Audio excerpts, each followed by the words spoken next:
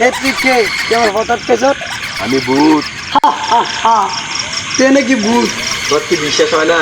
না, তুই যদি সত্যিকারের ভূত হস তাহলে তুই উদয় হয়ে দেখা।